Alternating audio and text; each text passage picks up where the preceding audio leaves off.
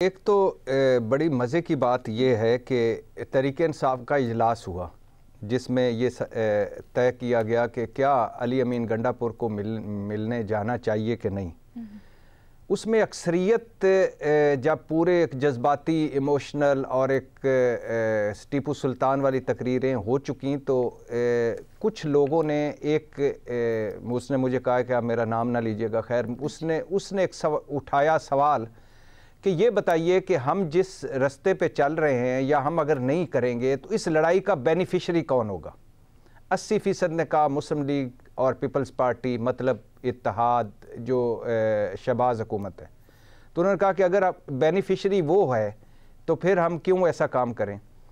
और उसके बाद अब दूसरा पॉइंट जो आपने कहा कि तहरीक-ए-इंसाफ के अंदर ग्रुप हैं बिल्कुल हैं, उनके तरीक़ाकार पे इमरान खान के कुर्बत, इमरान खान का असल दावेदार या असल नुमाइंदा और फेम और मशहूर होना और सोशल मीडिया और मीडिया का शहज़ादा कहलाना, ये सारी चीज़ें अपनी जगह, लेकिन अंदर से शक और शकूक भी हैं, एक दूसरे पर नज़र भी रखी हुई है।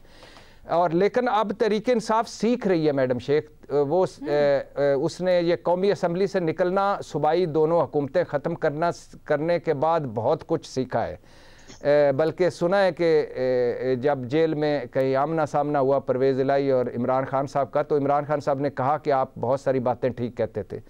तो तहरीक-ए-इंसाफ सीख रही है। असम्बली अब उसकी हिकमत अमली ये है कि असम्बलियों में आवाज़ उठाएगी और अदालतों में आवाज़ उठाएगी और सड़कों पर जितने जोगी वो हुई एहतजाज विद इन लिमिट्स रहकर करेगी।